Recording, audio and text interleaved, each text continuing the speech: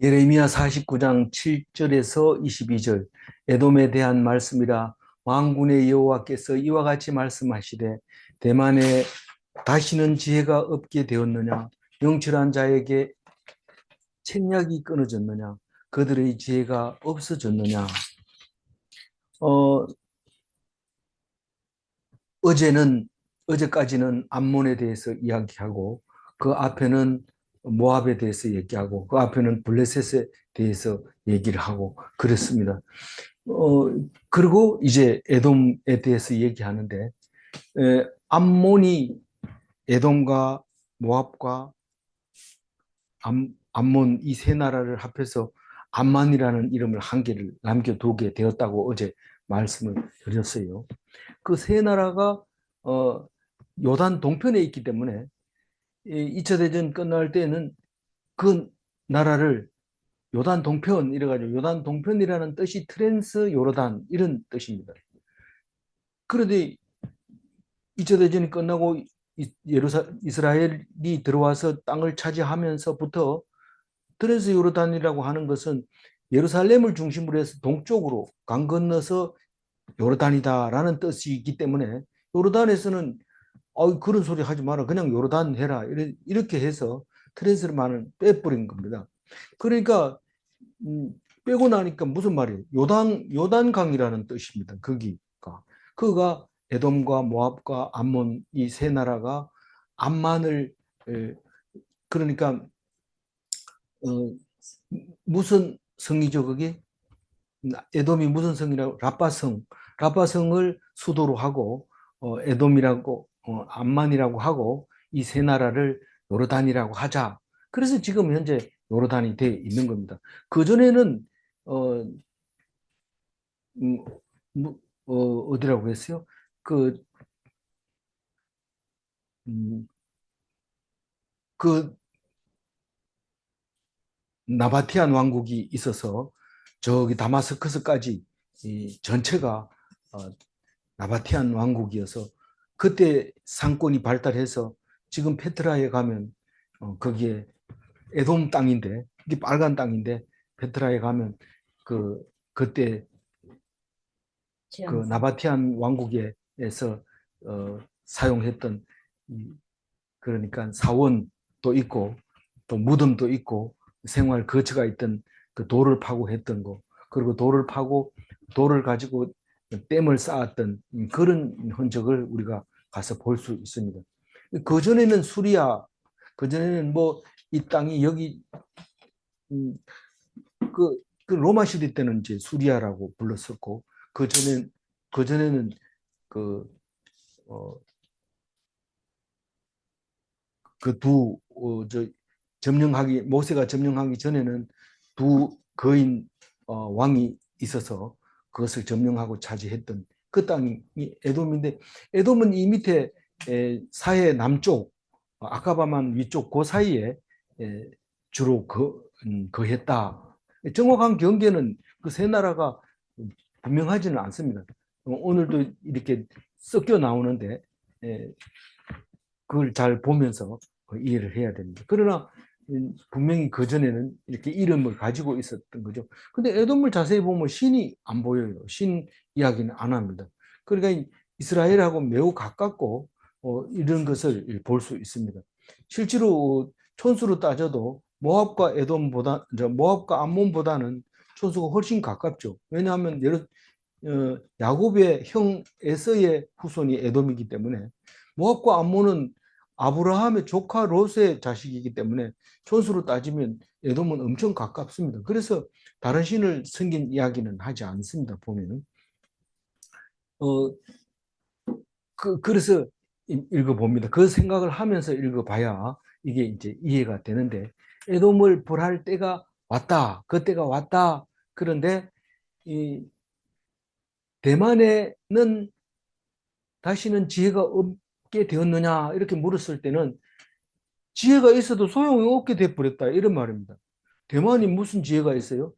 이 욥기에 보면 어, 욥의 친구 대만 사람 엘리바스가 나오는데, 이 엘리바스가 거의 친구들하고 얘기하는데 주도권을 가지고 있는 것을 볼 수 있습니다. 그래서 지혜를 그 대만 사람은 어, 이스라엘 백성의 말을 존경하고 이스라엘 사람은 또 대만에서 온 이야기들을 굉장히 중요하게 여기는 것을 욥기서에서 읽어볼 수 있습니다.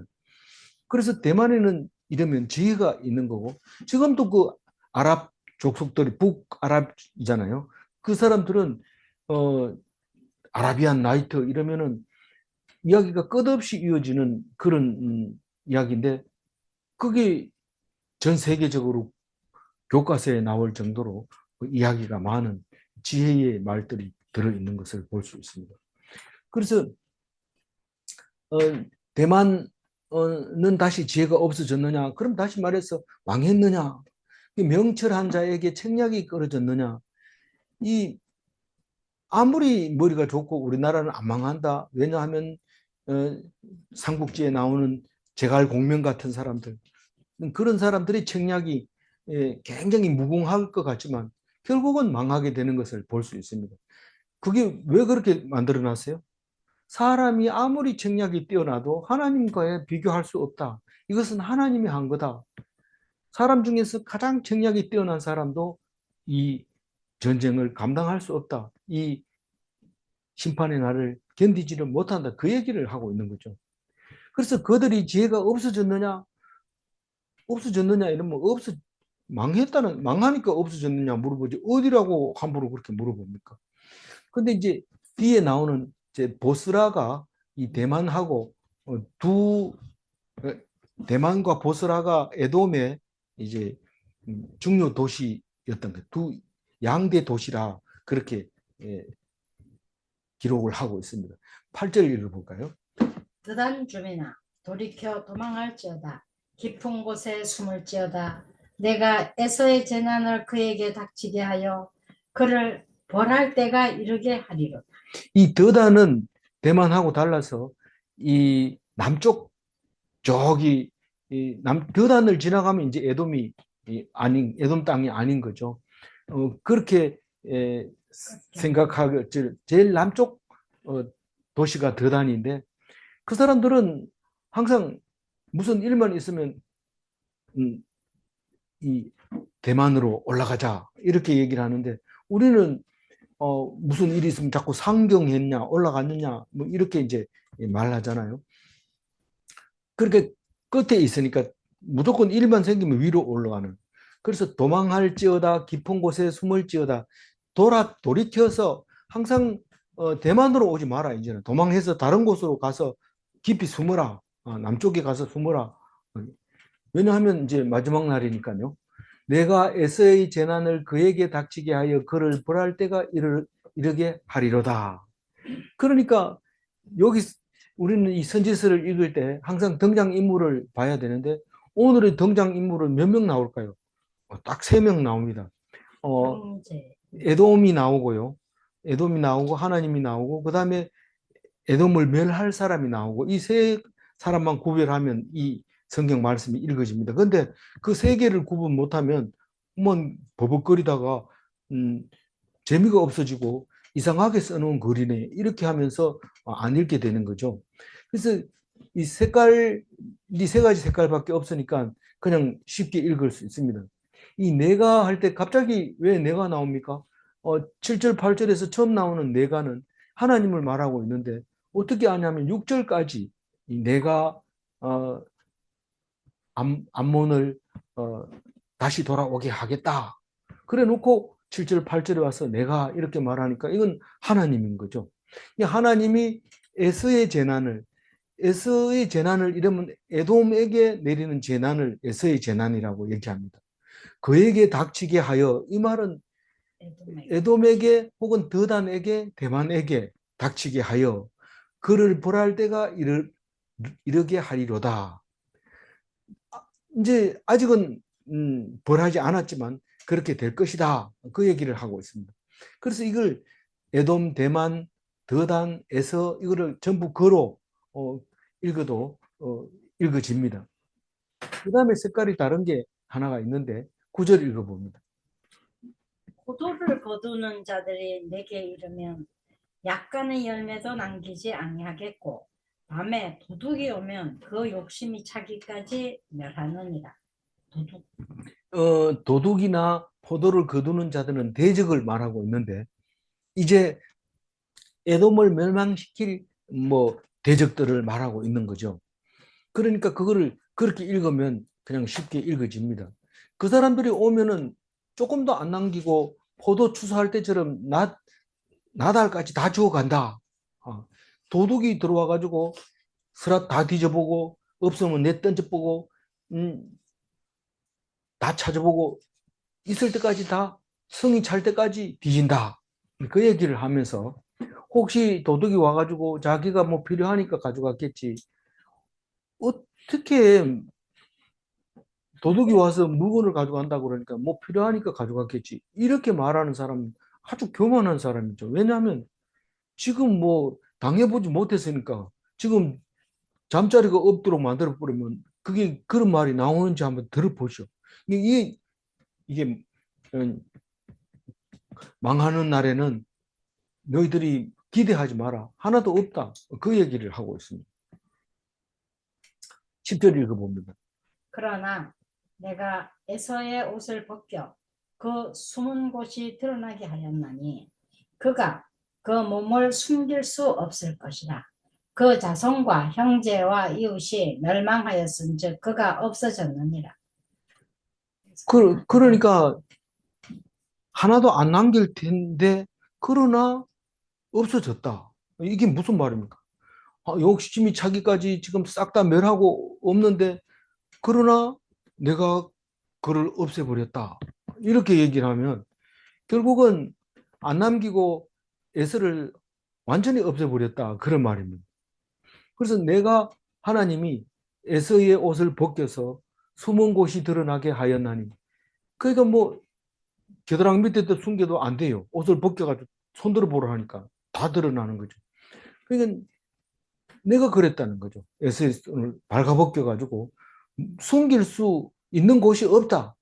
싹 드러내. 근데 그가 그 몸을 숨길 수 없을 것이라 에서가 에서의 몸을 숨길 수 없을 것이라 에서의 자손과 형제와 이웃이 멸망하였은즉 그가 없어졌느니라. 만약에 에서는 망했다 하더라도 자손이 있다면 그게 안 망한 거죠. 자손이 있으니까. 형제가 있으면 이 누구고 이러면 나 에서의 형제야 이러면 그래도 에서는 남아 있습니다. 근데 이웃이 하나도 없어요. 이웃도. 그러니까 뭐 다시 말해서 에서를 아는 사람이 없어요. 그렇게 망해져 버린 거예요. 그래서 지금 이그 에돔이라는 이름은 없어요. 지금 현재. 다만 암만이라고 하는 암몬의 존재가 조금 이름이 남아 있을 뿐이다. 이제 그렇게 볼 수 있는 거죠. 11절 읽어보면 내 고아들을 버려도 내가 그들을 살리리라. 네 과부들은 나를 의지할 것이다.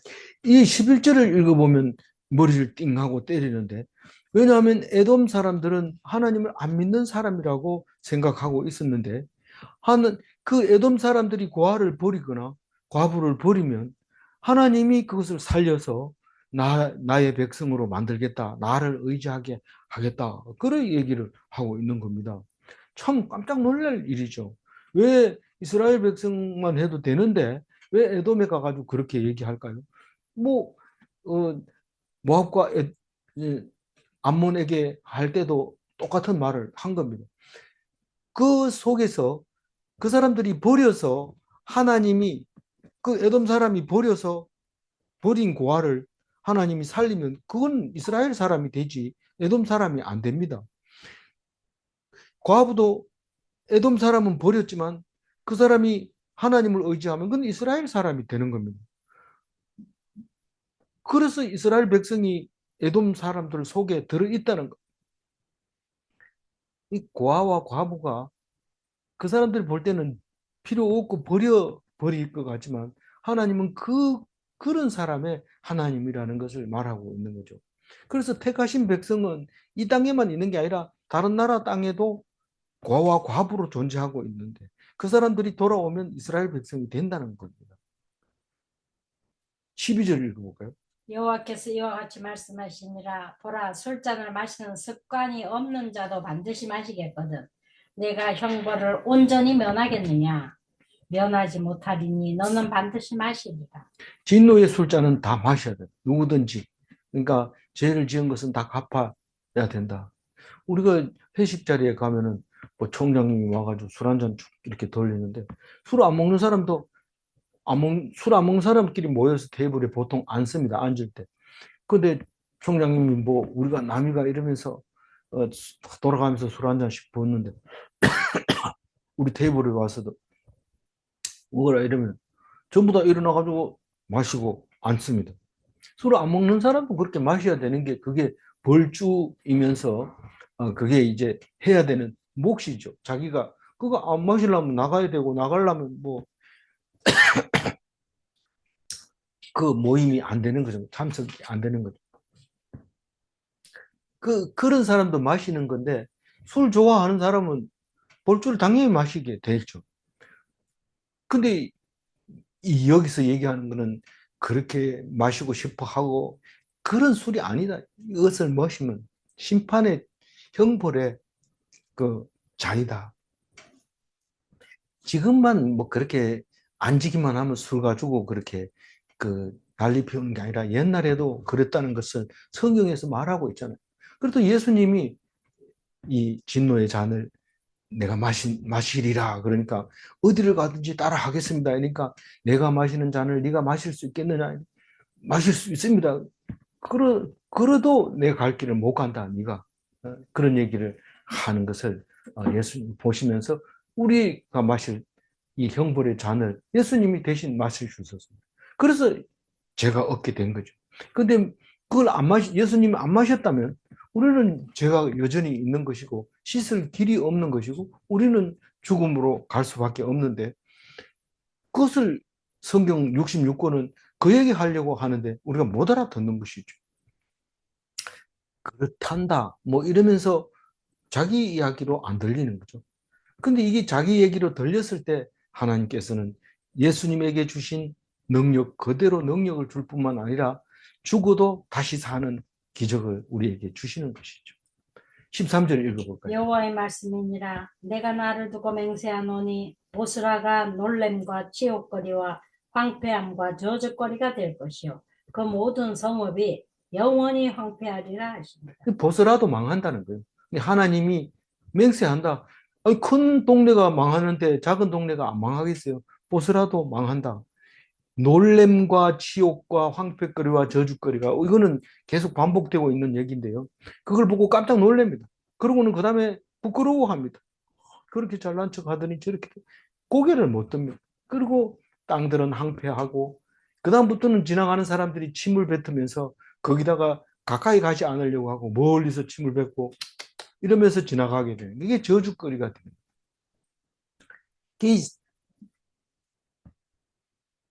그에다가 집을 안 짓습니다. 그래서 보스라가 어딘지 모릅니다. 집을 짓고 있으면 이게 옛날에 보스라다 이렇게 하면 되는데 저주를 당했으니까 그 장소가 어딘지 모릅니다.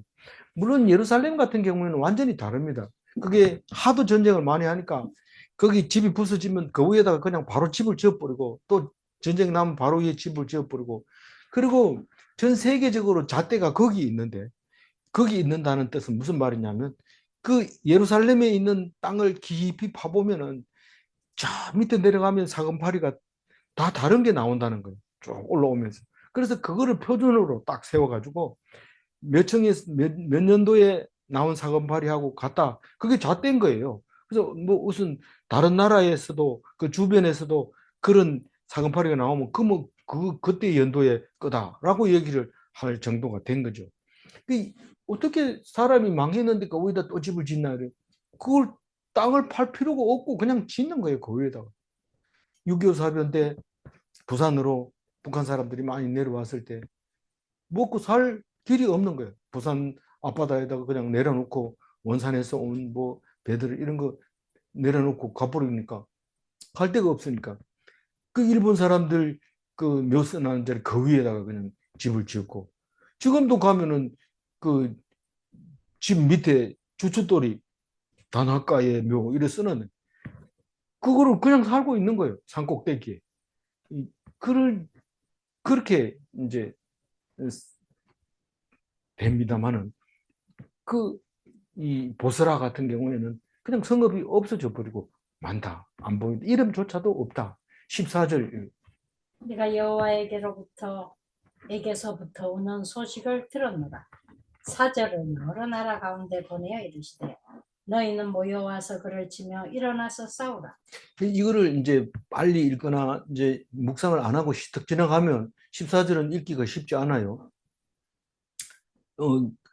내가 여호와께로부터 오는 소식을 들었노라 이랬을 때 내가 하나님이라고 했는데 여호와께로부터 오는 소식을 들었노라 이렇게 하니까 그럼 어떻게 된 거냐 이런데 성경은 이렇게 씁니다. 그래서 가장 이렇게 대표적인 게 다윗이 시편에서 내 주, 내 주여, 내 주께서 이렇게 말할 때 그게 하나는 하나님이고 하나는 예수님이라는 걸 알게 됩니다. 그거는 구약에서는 해석을 못하지만 나중에 예수님이 오셔서 그게 무슨 말인지 알게 됩니다. 그래서 하나님은 복수를 씁니다. 단수를 안 씁니다. 그래서 내가 하나님께서 오는 소식을 들었다 이 말은 하나님 뭐 했는데 사절을 여러 나라 가운데 보내서 너희들이 모여와서 그를 치며 싸우라 한다. 이 세 사람이 다 나옵니다. 하나님이 나오고 너희라고 하는 대적이 나오고 그라고 하는 이 암몬 에돔 사람들을 그 여러 나라 가운데 보내가지고 사람들을 뽑아와서 그 에돔을 치도록 그렇게 사절단을 보내는 것을 들었다는 겁니다.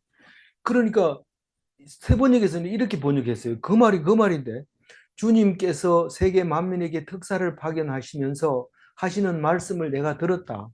너희들은 모여와서 그를 치며 일어나서 싸우라. 그러니까 에돔을 치라는 명령을 내리는 걸 내가 봤다. 자기 자신이니까 다 알지만은 우리가 알아듣기 좋게 그렇게 얘기를 하고 있는 겁니다. 15절 읽어봅니다.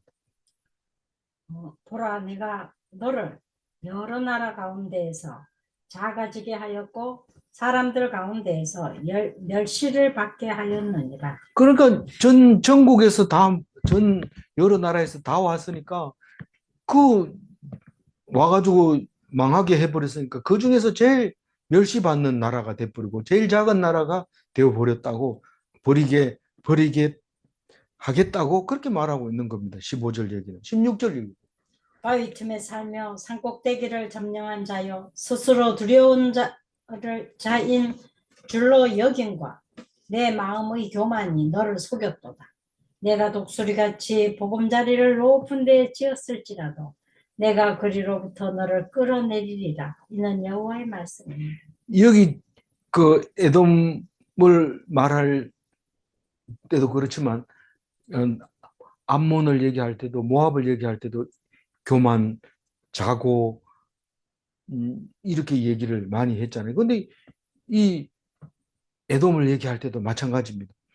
그 암만의 땅이 대부분이지만 그 왕의 대로가 이 홍해 있는 데서 쭉 올라가서 다마스커스까지 가는 길이 높은 산 꼭대기의 길이 쭉 남북으로 나 있는데 그게 왕의 대로였는데 우리가 페트라로 가려면 암만에서 그 도로를 갑니다. 가다 보면 가로수가 한쪽으로 이렇게 누워 있는 것을 볼 수 있습니다. 그러면 바람이 늘 북서풍이 불어가지고 남쪽으로 이렇게 기울어져 있는 걸 보는데 만약에 열풍이 불어오면 그 나무가 반대로 이렇게 해가지고 나무들이 풀들이 다 말라 죽는 그런 성경 이야기가 이해가게 해 주십니다. 그래서 그게 한쪽으로 넘어져 가고 있는 그 가로수를 보면서 동영상을 찍어 놨는데 어디에 숨겼는지 찾지를 못해. 열심히 찍기만 해놓고 보지를 못했는데 어쨌거나 그, 그, 그 길을 따라가면 산 꼭대기 바위 틈에 사람들이 그 높은 산에 살면은 공격 해오기가 굉장히 어렵습니다. 그 중에서 바위 틈에 숨어 살면 공격을 못 합니다. 그래서 이 사람들은 바위 하나 있는 걸 꼭 하나님 있는 것처럼 생각합니다. 바위에만 들어가면 뭐 어떻게 해칠 방법이 없으니까요.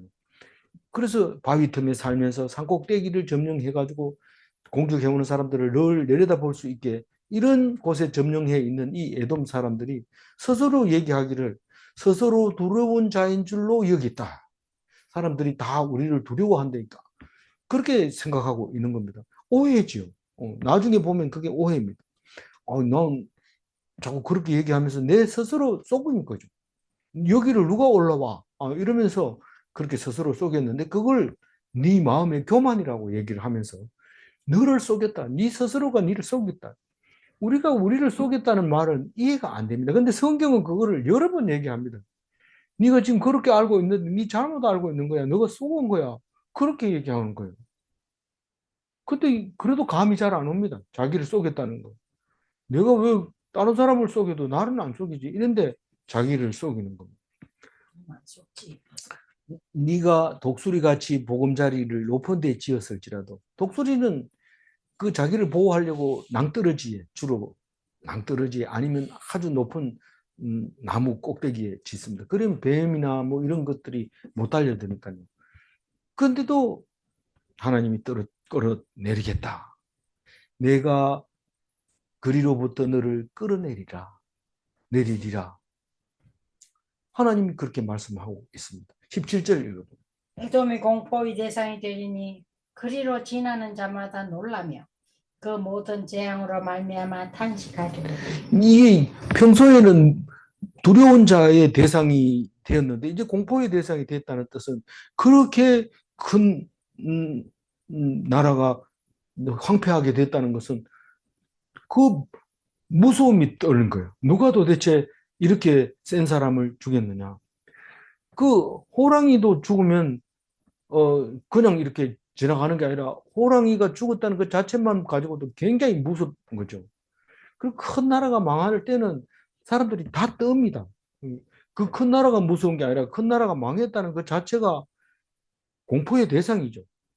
그게 하나님이 하셨다는 것을 알게 되면 하나님이 두려움의 대상이 되는 거죠.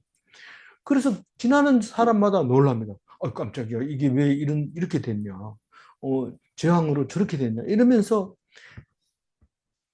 참 너무하시다. 저런 영광을 수천 년은 갈 줄 알았는데 몇십 년을 못 가네. 그러면서 단식을 하고 있는 것이죠. 18절 읽어보세요. 여호와께서 말씀하시니라 소돔과 고모라와 그 이웃 성읍들이 멸망한 것 같이 거기에 사는 사람이 없으며 그 가운데에 머물러 살 사람이 아무도 없으리라. 이 소돔과 고모라는 모압 얘기할 때도 했는데 소돔과 고모라가 망할 때 무슨 섬을 했죠? 롯이 어디로 도망을 해요? 소알 땅으로 가야 되는데 그게 모압 얘기할 때 했는데 여기 또 그 얘기를 합니다. 소돔과 고모라가 멸망할 때 그 땅이 꺼져 버려가지고 그냥 사해 밑으로 가라앉아 버렸는데 그렇게 멸한 것처럼 우리는 소돔과 고모라가 있었다는 성경 말고는 누구도 얘기해 준 적이 없습니다. 그렇게 성경이 있으니까 어떤 사람은 성경을 보고 거기 소돔과 고모라의 화려한 성읍의 유물을 찾겠다고 지금 땅을 헤치고 있는데 그게 1, 2m가 아니고요. 수없이 깊기 때문에 불가능합니다. 그래도 찾고 있는 사람이 있어요. 그런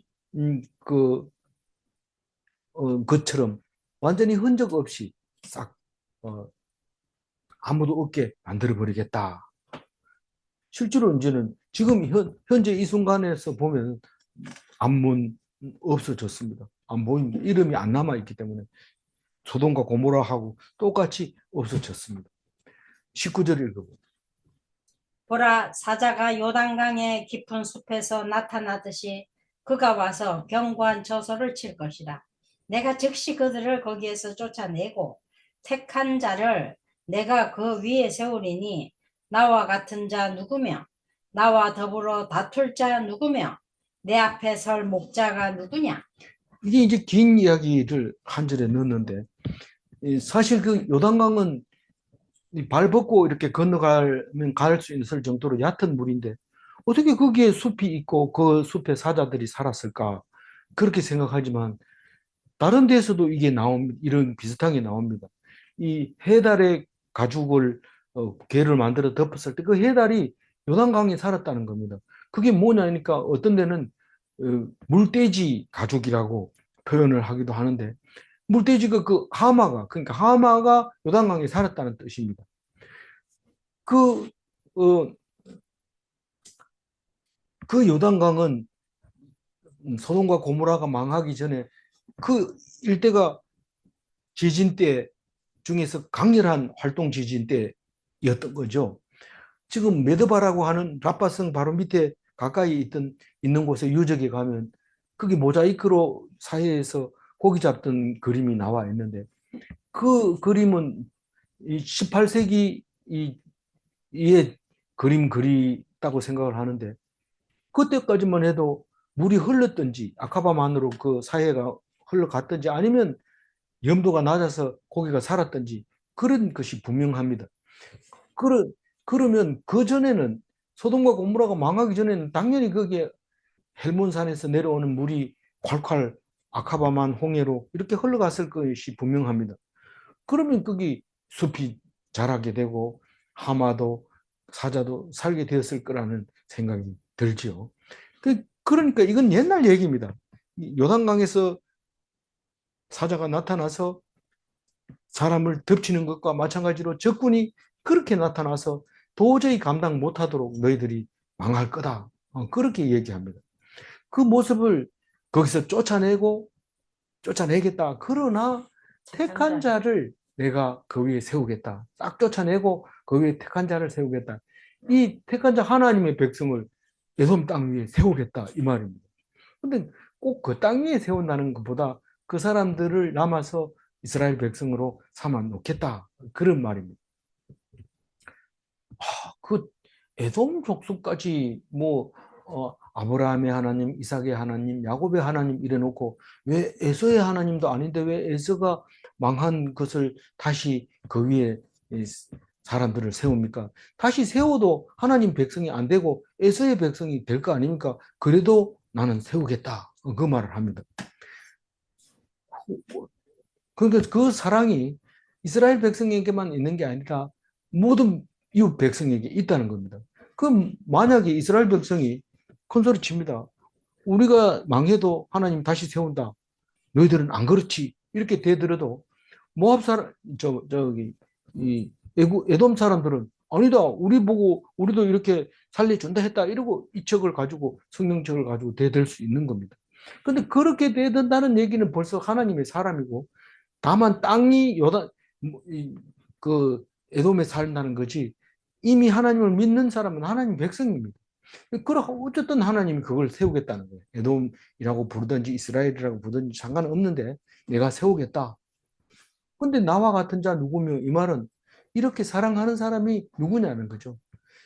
하나님만큼 우리를 사랑하는 사람은 어떤 신도 없습니다. 어떤 신도 사람을 위해서 뭐 자기 자식을 죽는 그런 일은 없습니다. 근데 너희들 자식을 태워라. 이런 신은 있어도 자기 스스로를 그렇게 태우는 사람은 없는 것이죠. 놀라운 일이죠. 이 예수교 다음에 태어난 무슬림도 그렇게 못합니다. 그래서 나와 같은 자 누구며 유일한 하나님이죠.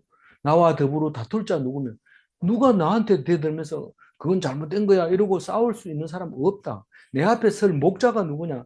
이 목자는 양을 치는 사람인데 아무 죄 없는 목자가 없나 봐요. 내 앞에 설 목자가 누구냐 이랬을 때 이 양을 위해서 목숨을 버리는 자가 진짜 목자지. 안 그러면 전부 싹군 목자다. 그래서 하나님 앞에 설 목자가 나, 나 외에는 없다는 거. 그래서 예수님을 보내면서 예수님 오셔가지고 내가 선한 목자다. 나는 싹군 목자가 아니다. 그렇게 말씀하시는 것은 오늘 예레미야서 49장 그리고 19절 거기에 나와 있는 거죠. 참 선한 목자 예수님 밖에 없다. 그 얘기를 하고 있어요. 20절 읽어봅니다. 그런즉 에돔에 대한 여호와의 의도와 대만 주민에 대하여 결심하신 여호와의 계획을 들으라. 양 떼의 어린 것들을 그들이 반드시 끌고 다니며 괴롭히고 그 처소로 황폐하게 하지 않으랴. 이것도 빨리 읽으면 잘 안 읽어지는 게 있는데 황폐하게 하지 않으랴 이 말은 황폐하게 할 것이다 이 말입니다. 그러니까 누가 그러냐면 그들이 그런다는 거예요. 그들이 누굽니까? 대적이죠. 대적이 뭡니까? 여러 나라 사람들을 말하는 거죠. 그래서 내가 가장 너희들을 사랑하는데 대적들을 이용해서 너희들이 어떻게 할 건지 잘 들어봐라. 에돔에 대한 의도, 대만에 대한 결심, 그 에서에 대한 계획을 들으라. 이런 말입니다. 그 대적들이 너희들의 어린 것을 끌고 다니면서 괴롭히고 자식이 어디 가서 괴롭힘을 당한다고 생각을 해보세요. 얼마나 가슴이 아플까요?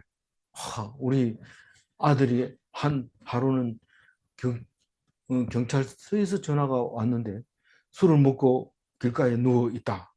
그래서 전화가 온 거예요. 그러니까 자다가 일어나서 막 신고하고 경찰서에 또 연락하고 빨리 가보라 이러놓고 잠이 안 오죠. 도대체 무슨 일로 술을 먹었으며 어떤 일로 괴로움을 당하고 있을까? 그런 걱정이 드는데 뭐 그만큼 키워놨으면 뭐 어립니까? 다 나이가 40이 넘가는데 사실은 네, 30 넘어갑니까? 그런데 뭐 신경 안 써도 되는데 우리 눈에는 어리게 보이죠. 그런 그런데 참 자식이 어디 가서 괴로움을 당한다 그런 생각을 하고 나면 그게 도대체 가슴 아플 텐데 그렇게 된다는 거. 살고 있는 곳이 그냥 황폐하게 만들어 버린다. 그게 누구의 계획이라고요? 하나님의 계획이고 누구의 결심은 하나님의 결심이고 그게 누구의 의도냐면 하나님의 의도라는 겁니다. 그 적군들만 없으면 되는데 적군들 아무리 없어도 너는 그렇게 된다. 그 얘기를 합니다. 우리 생각에는 그 사람만 해결하면 될 것 같은데 왜 안 될까? 안 됩니다. 하나님이 하시기 때문에. 그래서 하나님께 순종했을 때 하나님이 너를 회복해 주겠다. 그 소리 들리면 사는 거고 안 들리면 그냥 죽는 게 낫습니다. 우리 죽는 걸 보통으로 여기는데 참 기독교는 죽는다는 것은 굉장히 나쁜 거예요. 뭐 낙태도 마찬가지고 또 자살도 마찬가지고 또 안락사도 마찬가지고 이거는 있을 수 없는 거예요. 하나님이 어떤 경우라도 네 목숨의 십자가는 네가 지고 가야 되지. 제일 중요한 것이 사망을 이기는 건데 어떻게 사망을 네 스스로가 가지고 가냐. 그건 죄의 죄가 더해지는 거기 때문에 그래도 사회생활을 하다 보면 기독인이 다른 사람하고 별로 다름없이 죽어갑니다. 장례식도 다른 사람하고 비슷하게 치르고 그렇게 하지만 결국은 진짜 하나님 앞에 제대로 말씀을 순종하는 자는 그게 있어서는 안 되는 그 죽음을 말씀드리고 있는 것이죠. 21절 읽어봅니다. 그들이 넘어지는 소리에 땅이 진동하며 그가 부르짖는 소리는 홍해에 들리지라. 이 에돔은 홍해 가까이 있기 때문에 조그만 소리 질러도 들립니다. 그런데 이 소리는 아주 크게 소리 질렀다는 뜻으로 이렇게 표현합니다. 그, 그, 망했을 때 그렇게 천지가 진동한다. 그 얘기를 합니다. 22절 마지막 절 읽어봅니다. 보라, 원수가 독수리 같이 날아와서 그의 날개를 보수라 위에 펴는 그날에 에돔 용사의 마음이 진통하는 여인같이 되리라 하십니다. 그래서 이 원수가 이 앞에 그 모압 할 때도 마찬가지죠. 원수가 독수리 날개 그 맑은 하늘에 날벼락이 떨어진 겁니다. 수킬로미터 밖에서 그냥 수직으로 자연 낙하는 그렇게 못합니다. 수직으로 쫙 꽂히는데 어느 날 뭐 맑은 날씨 하늘에 딱 있는데 병아리 하나가 없어집니다. 그렇게 빨리 내려오는데 그 큰 날개를 그 위에 암탉 위에 딱 펴는데 자식들을 챙기지 못하죠. 새끼들. 그 에돔의 용사들은 그 일을 당하고 나면 자식들이 끌려가죠. 집이 다 해파되죠. 그런 걸 보면서 가슴이 아픈데 그 왜 여인 같다고, 진통하는 여인 같다고 그래요. 이 여인은 이 진통이 왜 오는지 압니다. 왜 오는지 알고, 그러나 어쩔 수 없습니다. 여인으로서는 그 일을 그냥 하나님이 낳게 해주면 낳고 못 낳다가 죽으면 죽는 수밖에 없습니다. 그냥 순종하고 그냥 있는 거죠. 그게 진통하는 여인의 모습인데, 에돔은 그렇게 될 거다. 반드시.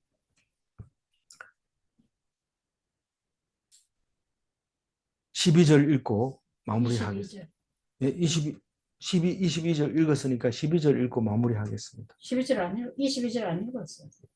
22절 읽었어요. 예. 12절 읽어주세요. 여호와께서 이와 같이 말씀하시니라. 보라, 술잔을 마시는 습관이 없는 자도 반드시 마시겠거든. 내가 형벌을 온전히 면하겠느냐?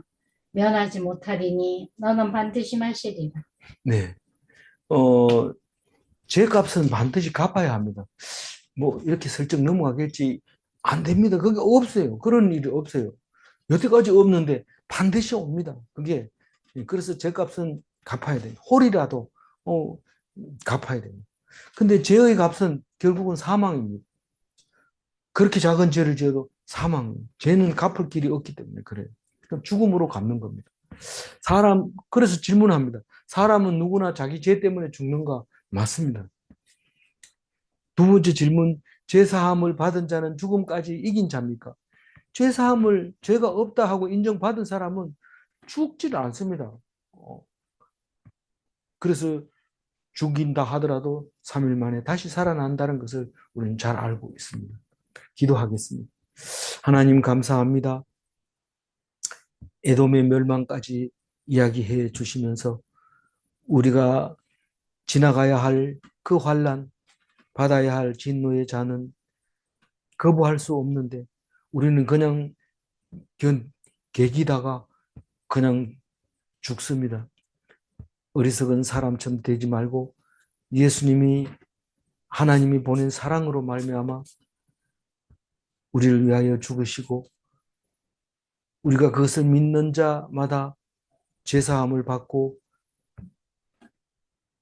죄의 노예가 되지 않고 죄로부터 자유하고